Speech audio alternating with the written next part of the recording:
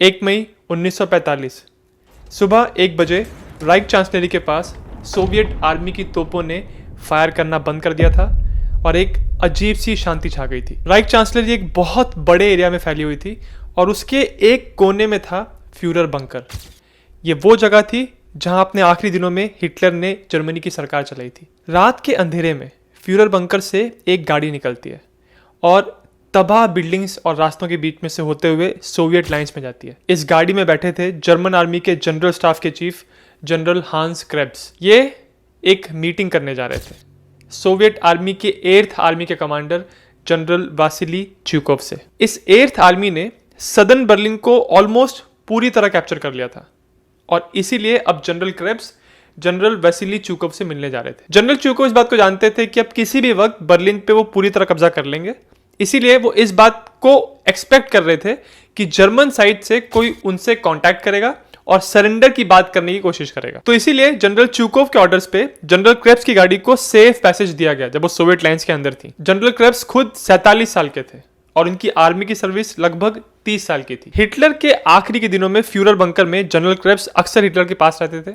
और इसीलिए German high command की स्ट्रैटेजी में इनका बहुत बड़ा रोल होता था। क्रेब्स इस मीटिंग में आने से पहले बस एक ही एजेंडा अपने साथ लेके आए थे, बर्लिन की लड़ाई खत्म हो। जब क्रेब्स च्यूकोव के ऑफिस पहुंचे तो पहले उनको वहां वेट करने के लिए कहा गया। च्यूकोव को इन्फॉर्म किया गया कि क्रेब्स आ गए हैं, तो च्यूकोव ने कहा कि उनको और वेट कराओ।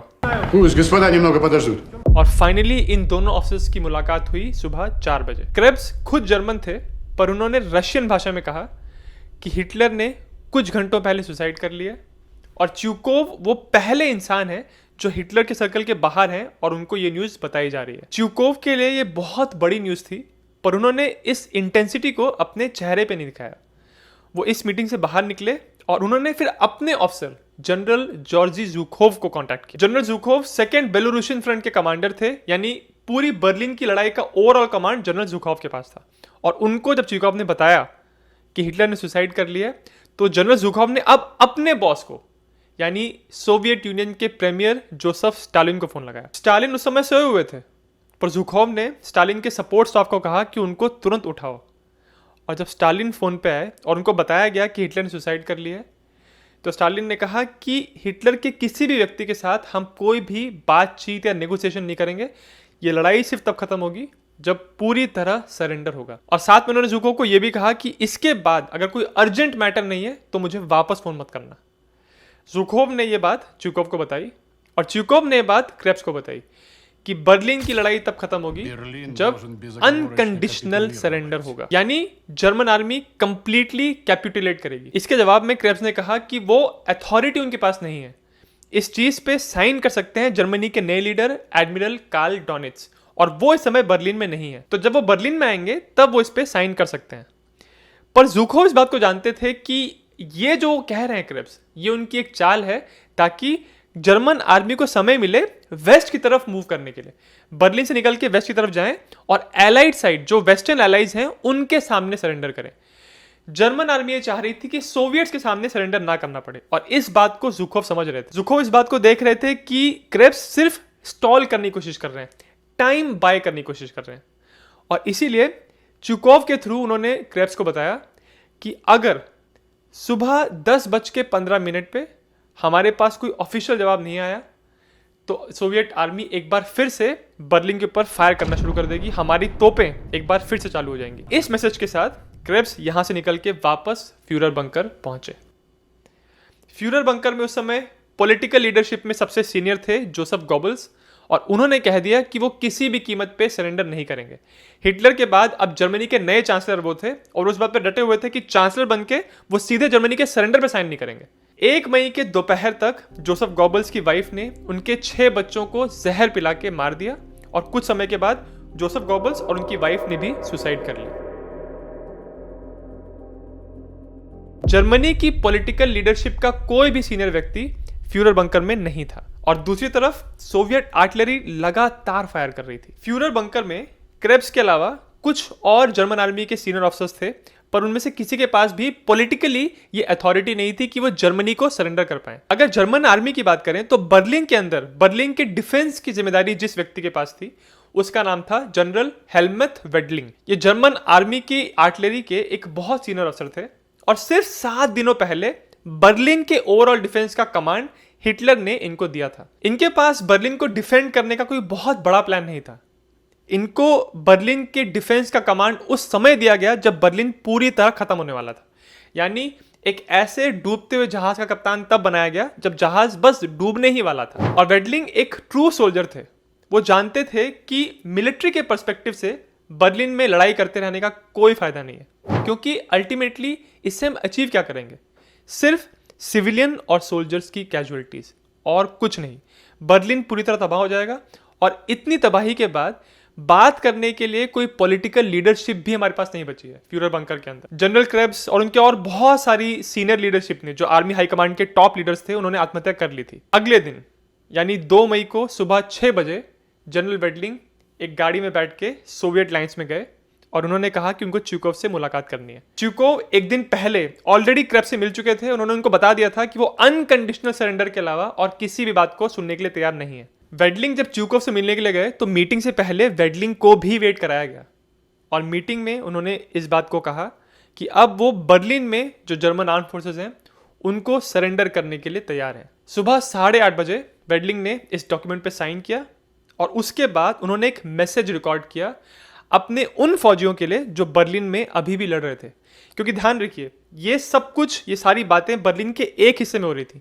बर्लिन एक बहुत बड़ी जगह है और हर अलग अलग जगह पे कहीं ना कहीं जर्मन रेजिस्टेंस था जो अभी भी सोवियत आर्मी से लड़ रहा था। तो वेडलिंग ने ये जो मैसेज रिकॉर्ड किया था, उस मैसेज को अब लाउड स्पीकर पे पूरे बर्लिन में चलाया गया ताकि जहां जहां पे भी जर्मन आर्मी लड़ रही है वो अपने हथियार डाल दे। और इस तरह से 2 मई 1945 को बर्लिन की लड़ाई खत्म हो गई।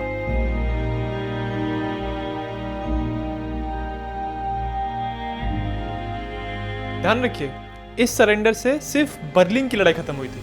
जर्मन फोर्सेस पूरे यूरोप में अभी बहुत जगह फैली हुई थी और वहां लड़ाई चल रही थी। अगला सरेंडर हुआ इसके 2 दिन बाद यानी 4 मई को नॉर्थ वेस्ट जर्मनी में। जर्मनी के नॉर्थ वेस्टर्न फ्रंटियर पे यानी नेदरलैंड्स, डेनमार्क से लगातार एलाइड फोर्सेस आगे बढ़ रही थी और इनको कमांड कर रहे थे एक ब्रिटिश जनरल मोंटगोमरी। तो उन्होंने 4 मई को कुछ जर्मन मिलिट्री लीडरशिप के साथ एक अलग से सरेंडर साइन किया।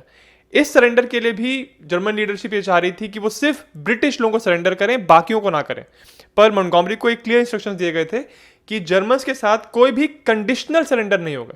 यानी अगर सरेंडर कर रहे हैं वो लोग तो सारे एलाइड पार्टनर्स के साथ एक साथ सरेंडर करेंगे, ऐसे कंडीशन लगा नहीं कर सकते। तो 4 मई के सरेंडर के साथ नेदरलैंड्स, डेनमार्क और नॉर्थ वेस्टर्न फ्रंटियर पे जितनी भी जर्मन फोर्सेस लड़ाई कर रही थी उन्होंने अपने हथियार डाल दिए। अभी भी जर्मनी ने पूरी तरह सरेंडर नहीं किया था, यानी कहीं कहीं पे यूरोप में अभी भी जर्मन फोर्सेस लड़ रही थी। तो अगली सरेंडर सेरेमनी साइन हुई 7 मई 1945 को। पहली 2 को हुई थी, उसके बाद 4 और अब 7 को। यह सेरेमनी साइन हुई थी रीम्स, फ्रांस में और इसमें वेस्टर्न एलाइज की जो टॉप मिलिट्री लीडरशिप थी उनके सारे ऑफिसर्स यहाँ पे आए थे, including there overall commander general Eisenhower. हालांकि आइजनहावर इस सेरेमनी के लिए गए थे, पर इस सरेंडर डॉक्यूमेंट पे आइजनहावर के बिहाफ पे एक दूसरे मिलिट्री ऑफिसर ने साइन किया और जर्मन साइड से साइन किया था जनरल योडल ने। लोग कहते हैं कि आइजनहावर ने खुद इस डॉक्यूमेंट पे साइन इसलिए नहीं किया क्योंकि सरेंडर डॉक्यूमेंट पे साइन करना उनकी नज़र में एक पॉलिटिकल एक्शन था और वो उस समय एक टॉप मिलिट्री कमांडर होने के नाते पॉलिटिकली किसी चीज़ में इन्वॉल्व नहीं होना चाहते थे। ये अलग बात है कि वॉर खत्म होने के बाद कुछ सालों के बाद वो अमेरिका के प्रेसिडेंट बने थे, पर यहाँ पे एलाइड कमांडर के बिहाफ पे किसी और ने साइन किया था। तो 7 मई को ये साइनिंग हो गई और अब जर्मन फोर्सेस ने यूरोप के अंदर अनकंडीशनल सरेंडर कर दिया। पर कमाल की बात यह है कि अभी भी सोवियत साइड ये कह रहे थे कि ये सरेंडर हमारी प्रेजेंस के बिना हुआ है, हमारी टॉप लीडरशिप यहाँ पे होनी चाहिए थी इस साइनिंग के लिए। और इसीलिए उन्होंने कहा कि हम कंप्लीट सरेंडर तब मानेंगे जब हमारे साथ एक साइनिंग हो।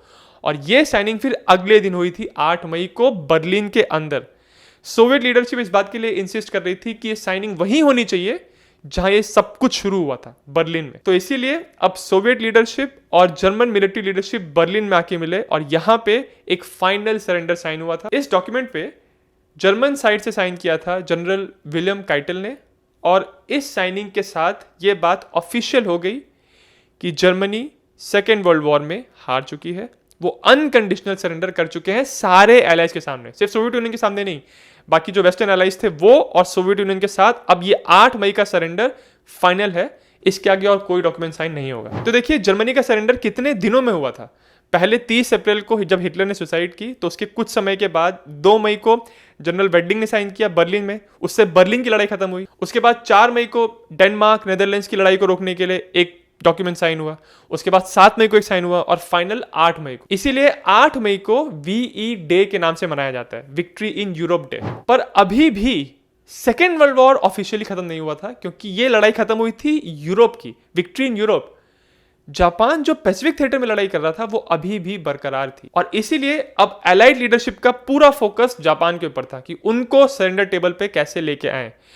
यहां पे ध्यान रखिए, नेगोशिएशन की बात नहीं हो रही थी, सारी बात थी सरेंडर की, उसमें भी अनकंडीशनल सरेंडर की। नॉर्मल सरेंडर या फिर conditional surrender versus unconditional surrender में डिफरेंस ये होता है कि जब आप अपने दुश्मन को अनकंडीशनल सरेंडर करा रहे हो, यानी आप उसको कह रहे हो कि तुम्हारी कोई भी बात नहीं सुनी जाएगी, कोई नेगोशिएशन यहां पे नहीं होंगे, जो हम आपको टर्म्स बताएंगे आपको उन सारे टर्म्स को मानना पड़ेगा, और अगर आप मान रहे हो तभी सरेंडर पे साइन करो, नहीं तो हम लगातार आप पे हमला करते रहेंगे।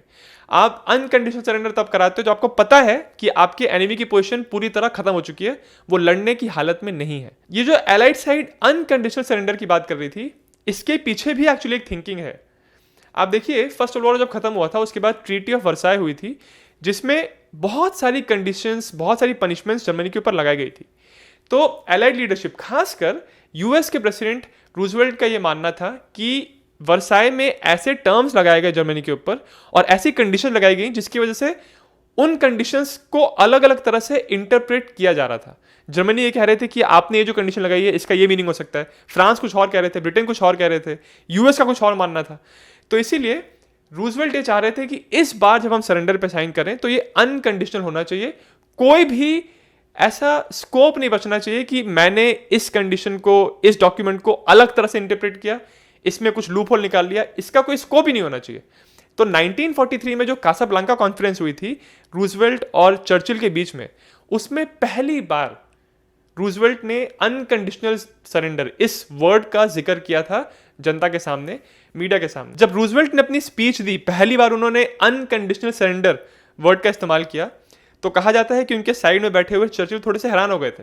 पर जब रूजवेल्ट की स्पीच खत्म हुई और चर्चिल ने बोलना शुरू किया तो उन्होंने रूजवेल्ट के साथ पूरी सहमति दिखाई। और जब इस कॉन्फ्रेंस के बाद जब शाम को ये सारे लीडर्स मिले, उन्होंने बैठ के एक छोटी सी पार्टी की, तो उसमें जब चर्चिल ने टोस्ट किया था तो उसमें उन्होंने अनकंडीशनल सरेंडर के लिए ही टोस्ट किया था। तो ये सारे सरेंडर्स जो हुए थे, ये हुए तो 1945 मई के महीने में थे, पर इसमें जो अनकंडीशनल वाली जो कंडीशन थी ये 2 साल पहले लग गई थी। मैंने आपको इस वीडियो में जो भी कुछ बताया है, स्पेशली जो छोटे छोटे डिटेल्स थे इन मीटिंग्स को लेकर, जैसे कि जो 2 मई का सरेंडर साइनिंग हुआ था, इसमें जनरल वेडलिंग ने जब साइन किया था तो वो सोवियत लाइंस में गए थे बर्लिन के अंदर, और ये एक छोटा सा बिल्डिंग था जहाँ पे एक टेम्पररी कमांड पोस्ट बना के रखा था सोवियत लोगों ने, वहाँ पे साइन हुआ था। पर जो 4 मई का था वो जनरल मोंटगोमरी ने साइन किया था एक ओपन फील्ड में, जो कि एक टेंट में हुआ था। तो ये जो छोटे छोटे डिटेल्स हैं, इन सब के बारे में मुझे इस किताब से पता चला, victory 45 the end of the war in 8 surrenders. तो ये किताब पढ़ के मुझे पता चला कि मोंटगोमरी एक शर्त लगाने वाले इंसान थे, बहुत शर्त लगाते थे वो, और जब वो जीतते थे तो वो इंसिस्ट करते थे कि जिस चीज़ पे शर्त लगाई है वो चीज़ उनको दी जाए। एक किस्सा मैंने इस किताब में पढ़ा, जब मोंटगोमरी ने आइजनहावर के साथ शर्त लगाई थी कि मोंटगोमरी ने कहा था कि वो अपनी आर्मी को लेके एक पॉइंट तक एक सेट डेट पे पहुंच जाएंगे। आइजनहावर ने कहा कि वो नहीं कर सकते ऐसा, और इस शर्त में मोंटगोमरी जीत गए थे। और शर्त लगी किस चीज़ की थी कि मोंटगोमरी आइजनहावर से एक अमेरिकन प्लेन लेंगे, एक मिलिट्री का एयरक्राफ्ट। और जब वो शर्त में जीत गए तो आइजनहावर को इंसिस्ट कर रहे थे कि आप वो प्लेन मुझे दीजिए। अब प्लेन आप कैसे दे सकते हो, वो सरकारी प्रॉपर्टी होती है। तो ऐसे बहुत सारे छोटे छोटे इंसिडेंट्स, कुछ फनी है, कुछ सीरियस, जो मुझे इस किताब से पता चले। और जर्मन सरेंडर्स के अलावा जापान के जो सरेंडर्स थे, आपको पता होगा कि 15 अगस्त को हिरोशिमा नागासाकी बॉम्बिंग्स के बाद, और जब सोवियत यूनियन ने नॉर्थ से इन्वेड कर दिया था जापान को, तो जापान के एम्परर ने एक रेडियो ब्रॉडकास्ट किया था जिसमें उन्होंने कहा था कि अब वो सरेंडर के लिए तैयार हैं। उसके बाद 2 सितंबर को टोक्यो बे में एक अमेरिकन बैटलशिप पे सरेंडर डॉक्यूमेंट पे साइन हुआ था। तो सबके बारे में काफ़ी विस्तार से इस किताब में बताया है। इटली में भी कुछ नेगोशिएशंस हुए थे, इसमें जर्मनी के एसएस के कुछ टॉप लीडर्स थे, हिमलर नहीं, कुछ और टॉप लीडर्स, और दूसरी तरफ अमेरिकन की तरफ से उनके ओएसएस के एलन डलस इन नेगोशिएशंस को लीड कर रहे थे। आप जानते हैं कि CIA आज यूएस की सबसे बड़ी स्पाई एजेंसी है, बट इनके पहले सेकेंड वर्ल्ड वॉर के दौरान और वॉर खत्म होने के तुरंत बाद तक ओएसएस ही वहां की सबसे बड़ी एस्पियोनाज या इंटेलिजेंस एजेंसी थी। तो उनकी तरफ से एलन डलस गए थे एसएस के लीडर्स के साथ बात करने के लिए इटली में जो पूरा ड्रामा चल रहा था एसएस के 2 लीडर्स और एलन डलस के बीच में, ये बहुत रोमांचक है। इनफैक्ट मैं समझता हूँ कि इस पे पिक्चर बननी चाहिए अगर ऑलरेडी कोई पिक्चर नहीं है तो। अगर आप उस सब के बारे में पढ़ना चाहते हैं तो इस किताब का लिंक मैंने इस वीडियो के डिस्क्रिप्शन में डाल दिया है। और अगर आपको वीडियो अच्छा लगा सिर्फ तभी मेरे चैनल जिज्ञासियम को सब्सक्राइब जरूर करें।